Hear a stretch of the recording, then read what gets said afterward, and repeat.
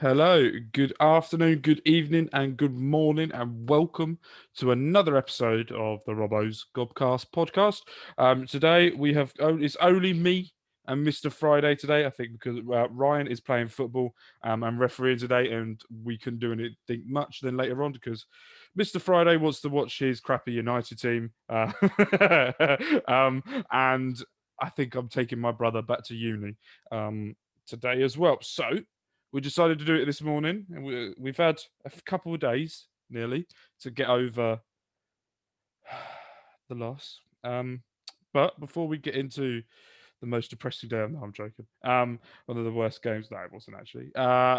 Please don't forget to go follow us on all of the social media pages, link down below. To all of them, we've got down below. Don't forget as well. I'm gonna make an announcement. I wasn't gonna go do it, but next week, not this Friday, the Friday after, we're going to be reshaping the podcast. The lockdown's happening, which only means one thing: I will have too much time on my hands, which will mean I will go absolutely apeshit with graphics and everything. So that's what's going to happen. I just want to say as well, the reason why we didn't do a Instagram live after the Coventry game was because I was not feeling great. Not as in ill or anything. Mentally, I was not in a good place whatsoever. I had a very, very bad day that day, the whole day. It wasn't just because we lost. It was the whole day. I've been getting worse the past week. Um, but I think I've coming out the other end at the moment, but we will see. And I know lockdown's happening for everyone Thursday, and I know that a lot of people's mental health is going to be on the main priority of things as well. I saw a stat as well that more people committing suicide because of mental health than the coronavirus. It's not going to help anyone, and I'm not expected to be Miss Marple or anything. But if there is any issues or you are going through something, please don't hesitate to come and contact me, DM me. My DMs are always open to everyone. Um, I may not be able to do stuff, but I'll be able to point you in the right direction because I've gone through it or I am going through it. So I know this is a bit of a serious start to the podcast, but it has to be done because it's going to be a very difficult month coming up now. Um, we've just had shitty Halloween. Ugh, I hate Halloween. But now we've got Christmas coming up, and everyone's going to be worrying about what's going on there as well. But please, if there is any issues or if there's anything that you're going through and you want to talk about, my DMs are open. Happy to sit down and talk with you, to set up a call where we could just sit down and chat, and you can talk to me, and we could do whatever, and then I will be able to point you in the right direction to where to go. But don't think that you're in this on their own. Don't quit. Um, we're here for you. So yes. Right, serious part that needed to be done over. Let's get into things. This is not going to be a very long podcast. We're just going to go through it, and then go from there. And also, I've just seen that Southampton, I just said, have beaten Aston Villa 3-0 at halftime. Let's go on to the Coventry game. So how did you feel before the Coventry game? Because we didn't speak to you before that game. We spoke to you about the Rotherham and the Blackburn game, but we didn't speak to you about the Coventry game. How were you feeling? Um, I was quite nervous about it. To be fair, it did just have that sort of ring about it, that historic ring that we've seen so many times. That when Reading are looking confident and they go to a team that they're expected to beat, and they slip up. Yeah. I was having a chat with a couple of my mates on Friday, and they said they both put Reading in their accumulators. And I said to both of them, I said, don't do it. I said, if there's a game that they're going to lose, it's this one. They both said, nah, Reading are flying, they'll smash Coventry. Yeah. And then they messaged me 70 minutes into the game saying, oh, I wish I'd listened to you. It kind of, I just, I didn't feel too confident going into it. And I was right. Yeah, and I think we spoke about it on the podcast with me and Ryan, where we spoke about the game, and it was one of those where I sort of said, "Oh, we're going to win 4-0," and then I was like, "But they haven't done a good start." And Reading always have the ability of teams that are not doing very well. I'll give a prime example, not team, but a player. Like Fernando Torres wasn't doing that very well at Liverpool to start off with. He comes to Liverpool and gets a hat-trick, and then it just booms off from there. Reading's always a club. If you're not doing very well, you might actually turn up against us and do something.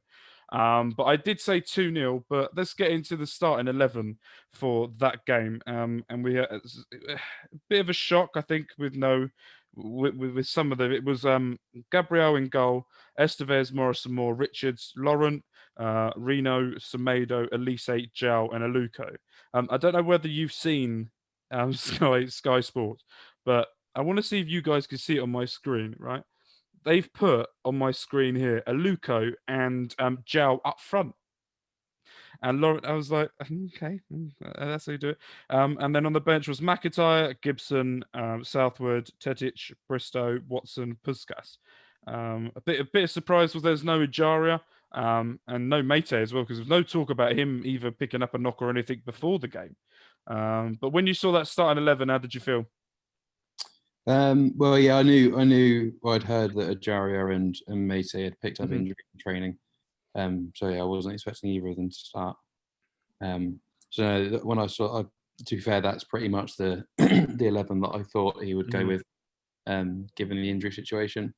It's quite a bizarre feeling not to worry about Aluko playing. I feel like his performances this season, he's still not the $7.5 million player that Reading paid for, but he's certainly stepped up to a level where you feel if he does come into the team that you don't immediately panic and think, oh God, here we go again.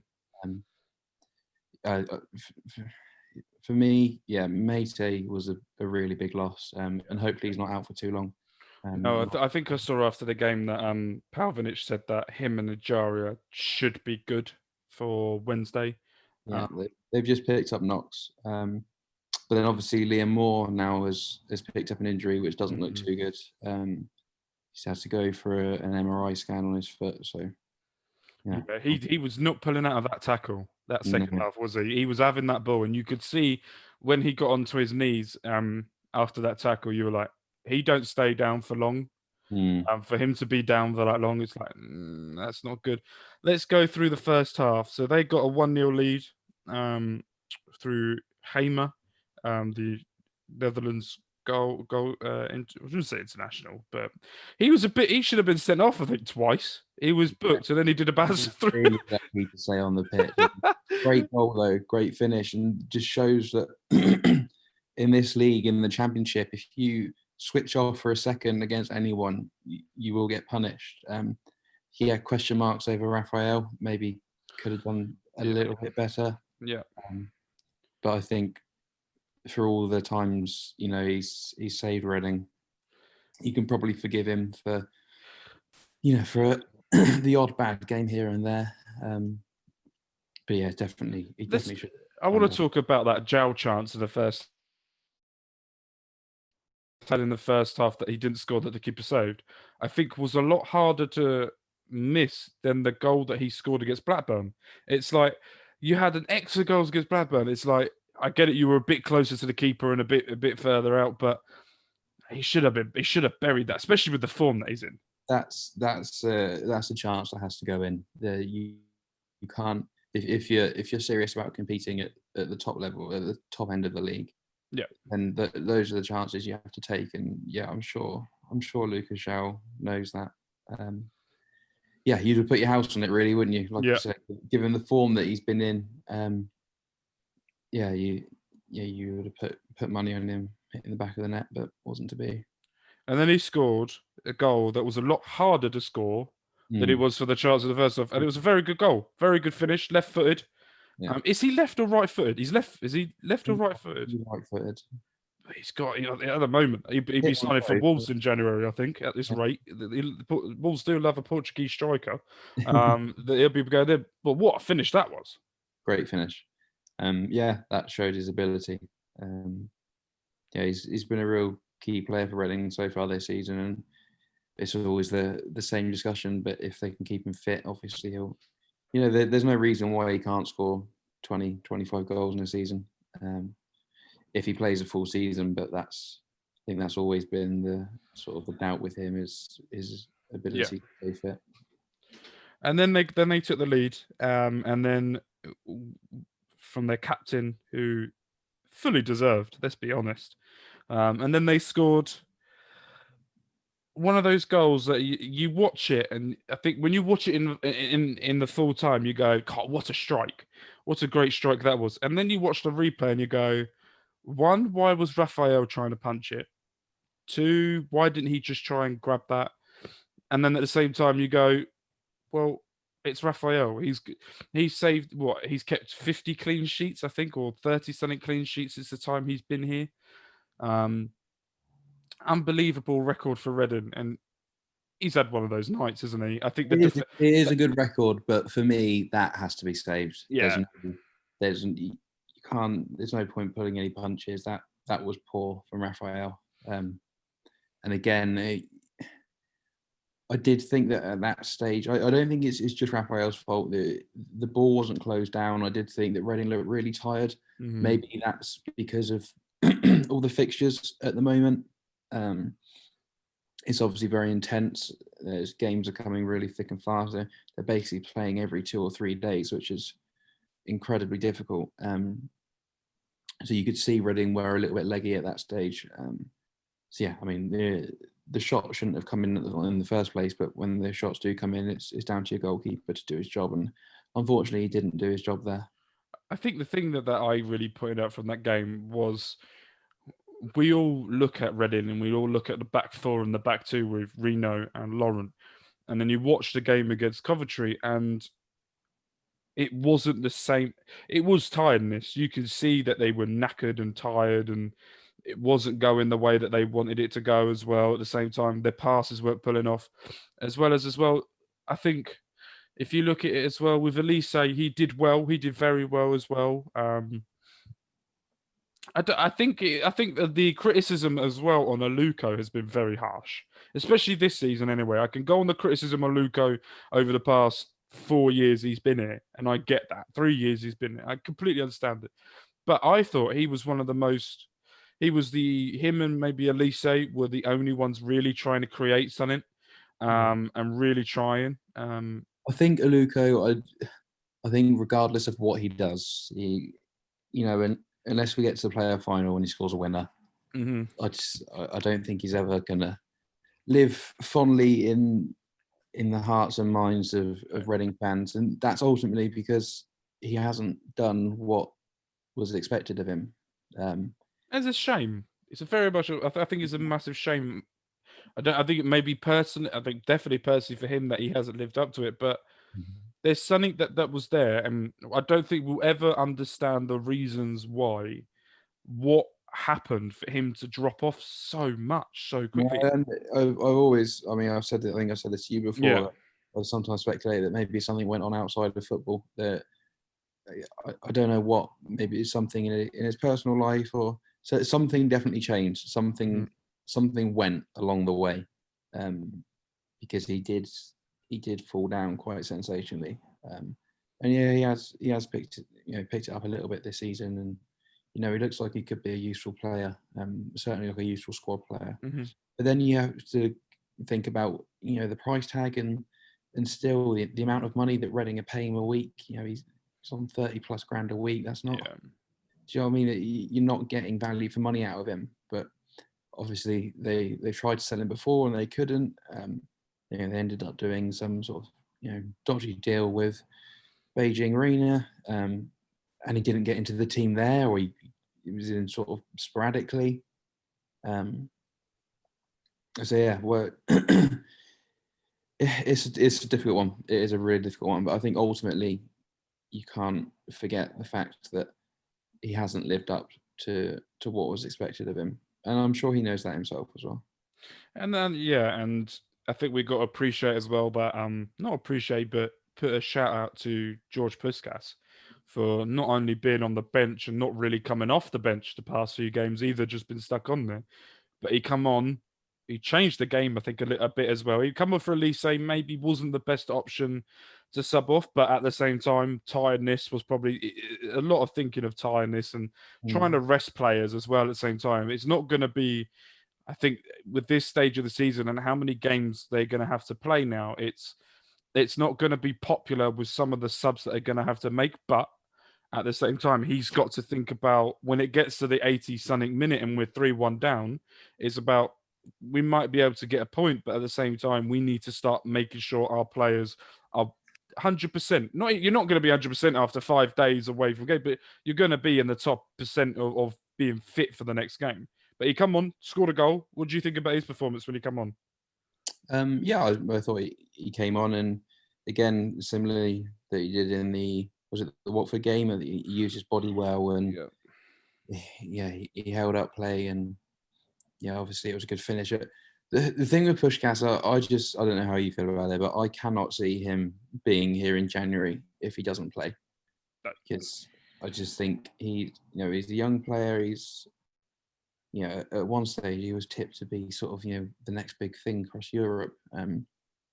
I can't see him being happy for settling for time on the bench. I know he was linked with a move to Turkey last season, and yeah, I'm sure if an opportunity like that comes up again, unless he's playing first team football week in, week out at Reading, which, to be honest, it doesn't look like he's going to get in ahead of Zhao at the moment. Then yeah, I'm not sure where his future will be. But no, to answer your question, I think he did well. He certainly made an impact. But yeah, long term, I'm not really sure if he's going to be the answer for Reading, because I can't see him being happy to come on for sort of 15, 20 minutes here and there. I would be surprised if he does go maybe a short-term loan with an obligation to buy in January, which could be like a win-win for Reading, because if he goes out, plays 90 minutes a game, but then they don't want to pay for it, at least he'll come back match fit. At the same time, if he goes away and does really well, he might be able to get the big money move that he wants to go to, maybe to I think it was Fenerbahce. Something like that, yeah. Yeah, I think it was Fenerbahce was one of them. Could be a good signing for him to go out there to a place like that. I think he is a good player. He's a good striker. He scored some brilliant goals at Reading, but I think he's just a bit of a one-trick pony, isn't he? You need to play to his strengths. And I think that's one of the things that I think we found is he's a very good striker if you do what he wants. You can get him to play like he wants. Where Reading don't. It's not that we don't want to play his way. It's we found a way that suits our style. And I don't think maybe the scouting process for him wasn't the greatest, and we can tell that some of the signings around that time didn't really pull off. But you can see why they brought him, not for the amount of money that they brought him, but you can see why we brought him in. But it just hasn't. I hope he does get something, because he's a very good young and he loves scoring for Romania. And I hope he gets on. But first loss of the season. There was a complete meltdown on Twitter from Reading fans saying, "This is the worst performance. We're terrible. It's awful." Okay. Welcome to Reading Twitter, isn't it? Reading fan Twitter. But how did you think about the game in general? Were you surprised about the loss? Did you think we deserved anything out of that in the end? No, I wasn't surprised based on the performance. I thought Coventry deserved to win. Again, I just felt that Reading looked very tired, very lethargic, sort of lacked creativity again for much of the game. In a weird way, I'm kind of glad they lost, because obviously I want them to win, but now we'll really see what Veljko Paunovic is made of, because I've spoken to lots of footballers, and they all say the same thing, that football is easy when you're winning. When you're winning, football's easy. But now they've had a defeat, so now it comes down to how they bounce back. So, now the next game is huge, because it's going to be a real test of Reading's mental character. Hopefully they get straight back to winning ways, and it's not an issue. But we've seen Reading go on these downward spirals many a time, and yeah, obviously fingers and toes crossed that doesn't happen. I think it's going to be interesting now, because I think we all agree on. I don't know if we all agree, but I know that majority of what I see, I agree with, is the way that he talks about the players and the mentality that he's now built in. It's not just one player. It's not just him talking that he wants a warrior spirit. He's not the only one saying we need to have like a Spartan mentality. He's not the only one saying it. You listen to Liam Moore in interviews. You listen to Reno in interviews. You listen to all the players. Something's clicked with what he's saying and what they feel, and they've gone, yeah, I agree. Yeah, something's really gone with them, and they've really agreed with what they think. I think we'll get on to the next team in a minute, but I didn't think we deserved anything at that game. It reminded me, and I saw someone put this on Twitter. I can't remember who the name was, but I saw it, and they said that game reminded me and them of the Reading versus Luton game when we went 106 points, and we went to Luton with the same sort of I think atmosphere or same high confidence, and then they pegged us back down, and then we carried on doing quite well after that. And I think that was the same type of game. I think it was 3-2 as well. Was that 4-2? I can't remember. I think it was 4-2. It was on Sky as well. I remember. A long time ago. Yeah, I was a wee boy. I was as well. I watched it on telly in the living room, and then I had to go straight to bed afterwards because it was late night. But yeah, right, let's get on to the next game, which is Reading versus Preston on Wednesday night. It is. Let's go through some stats before we go into the game. Before we get into talking about it, Reading versus Preston. Reading history against them. Reading have won 25 times. They have drawn 12, and they have lost 24. In the past 5 fixtures, Reading have started from the 7th of April 2018. We beat them 1-0 in the league. Then we played them in the 15th of September. We beat them 3-2. We beat them. We played them on the 30th of March. Beat them 2-1. And then the 19th of October, beat them 1-0. And then we went to them on the 29th of December last year, and we beat them 2-0. I think one of them was Lucas Jow and Swift that got that goal, if I remember correctly. Let's talk about Alex Neil, the current Preston North End manager. I quite like doing these stats. It's quite interesting. His record against Reading is we have played him, I think, like the 10th most team that he's ever played against. He's played against us 7 times. He's lost 6 of them, and he's only won 1 against Reading, which is very surprising. Yeah, that is surprising. I didn't expect that. I think the only match that he won was when he was Norwich manager. I don't think he's ever beaten us as Preston manager. I'm not going to say that hands down that is, which I don't want to say, because if I'm right, then I'll brag about it for a 7 p.m. kickoff. No 8 o'clock. It's 7 p.m. This Wednesday.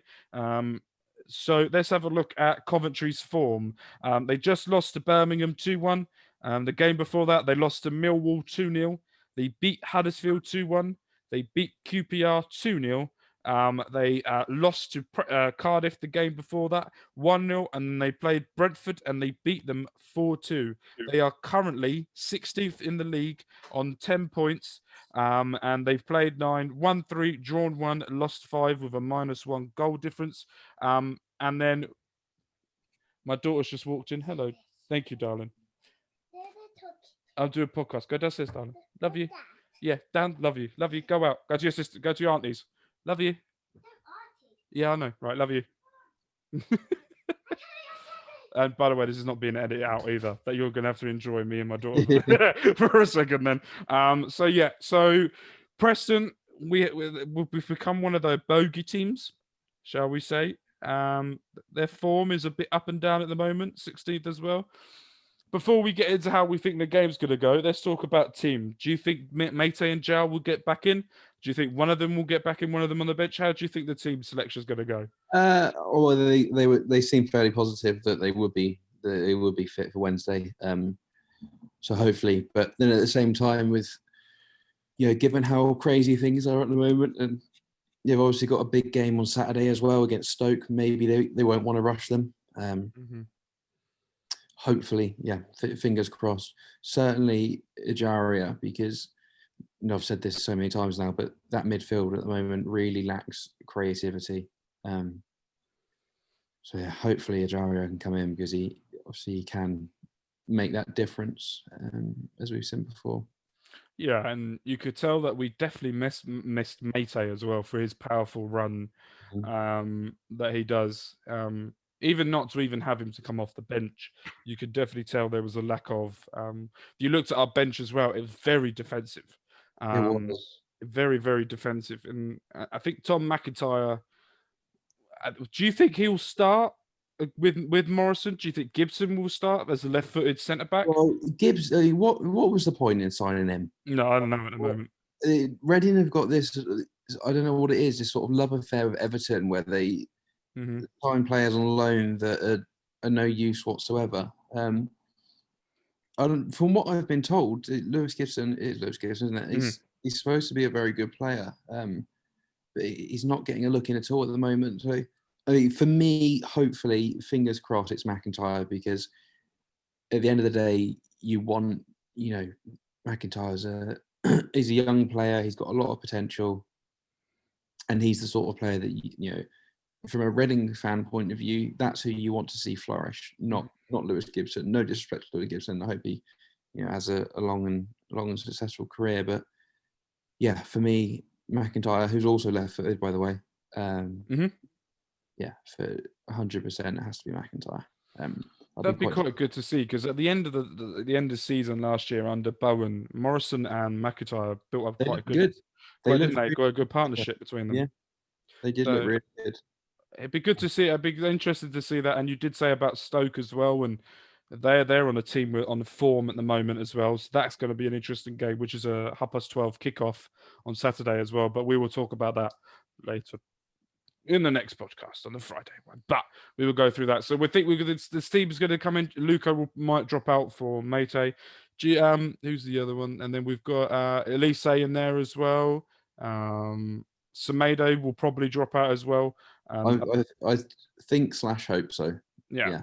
I thought he did very, very well against Rotherham. We named him our man of the match in the Rotherham game, but you could tell that he's a centre midfielder. He's not a winger, and that's where we played him. But at the same time, you can't knock him for his work rate because that man does try. He tries everything. He definitely puts a shift in. He puts a shift in and tries it as well. So we'll go for that. How do you think Preston are going to do? Do you think they're going to shut up shop? Do you think they're going to do what Coventry did? They control the ball and spring it around. How do you think this game's going to go? Oh, that's a tough question. It is.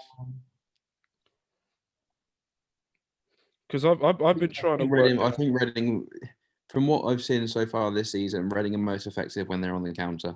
So I think Reading will try and give Preston the ball and let them sort of pass it about and then pick off any gaps that come up. In terms of a scoreline, I'm going to say I think they will bounce back.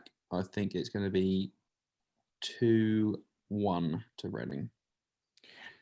Okay, right. So I've gone through the past two matches for Preston to try and have a little understanding about them. And basically, they are a possession-based team. In the past two games, they've had at least or nearly 60% possession and lost. Lost both the last two games. They've only had 5 shots, 1 on target, 1 off target, and they've had 3 shots blocked. They seem like they did nearly double the amount of passes than Millwall in their game last on Wednesday when they played on Saturday as well against I think it was Birmingham. Did I see? Yeah, when they lost 2-1 to Birmingham, they had the same, nearly 60% possession. They had 11 shots this time, 6 on target, 4 off target. They had just over the same amount as Birmingham, but at the same time, they lost 2-1 as well. They lost 2-0. They gave for 2-1. It looks like a team that Reading, if we look at all the teams before, is going to suit the style of play that Reading want to play, where you can have the ball, but you're not going to be able to. They seem to leak goals as well, which is going to be very helpful for Reading. So you're going 2-1. Yep. I'm going to go for 2-0. Oh, Max Verstappen's out. He's just crashed. Oh no, he was second as well. Bloody idiot. So I'm gonna go 2-0. I think we're gonna get something out. I think we're gonna win. I would like to see us be 2-0 up and comfortable by about the 60th, 70th, so we could take some of the players off to concentrate on that very important game Saturday against Stoke. Hopefully they don't bring Matt Mills in. Is he there now? Is he? No, the Coventry game. Oh yeah. I was going to say. Why was he there? He's retired, isn't he, Matt Mills? What was I thought he was going to say something else. Then he's retired. Well, I think, yeah. I did see that it said that he was. I thought I saw someone say he is. I'm going to go and have a Google search of this. Yeah, retired. Yeah. No wonder. Oh well, Wikipedia says he's retired, but he plays for Forest Green Rovers. Fair enough. He could do a bit of both. He was at Forest Green last season, by the sounds of it. Yeah, he retired in July. Oh, okay. Oh. But why would you bring Matt Mills on? Because I know he's played for Reading and Coventry, but he pissed every Reading fan off while he played for us. Do you know what? When I saw that, that would bar me. I mean, why? I mean, I guess he has other commitments, but why not ask Eddie Williams to do it? Yeah. Or not only that, ask Joby McAnuff, because he's always on Sky. Yeah. You've got loads of players on there that can do it, but no, Matt Mills. I saw that, and he was talking really nice things about Reading as well. It's like it's not right coming from you. Yeah. Just what? And to be fair, I don't know what did you see him on Sky? His hair, on the other hand, is actually quite luscious. I quite rated his hair. I was like, cool. That's quite nice, though. But yeah, there's someone else that's played for both, and I can't remember who it is. Sure, there is. Whoever that played for. That's really going to annoy me now. J-Tab. Why not ask J-Tab to do it? Isn't he horse riding now?